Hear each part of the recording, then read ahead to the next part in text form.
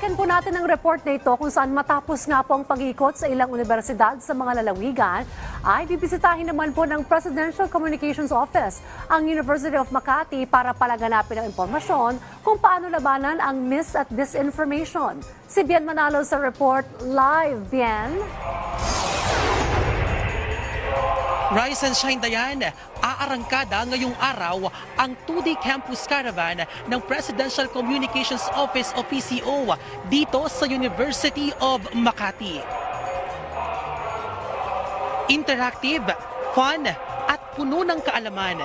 Iyan ang tiniyak ng Presidential Communications Office o PCO, ang mga government communication agency ng bansa. Kabilang na ang Philippine Information Agency, Philippine News Agency, Radyo Pilipinas, Bureau of Communication Service at ang pambansang TV, ang People's Television Network. Bahagi ito ng Media and Information Literacy Campaign ng PCO na layong turuan ng mga manggagawa at estudyante kung paano i-verify ang mga balita na nakukuha sa social media. At para na rin masugpo ang paglaganap ng fake news, misinformation at disinformation sa bansa. Dayan, sa ngayon ay nakapwesto na ang bawat booth ng Government Communication Agency. At andito tayo ngayon, Dayan, sa booth ng inyong People's Television Network.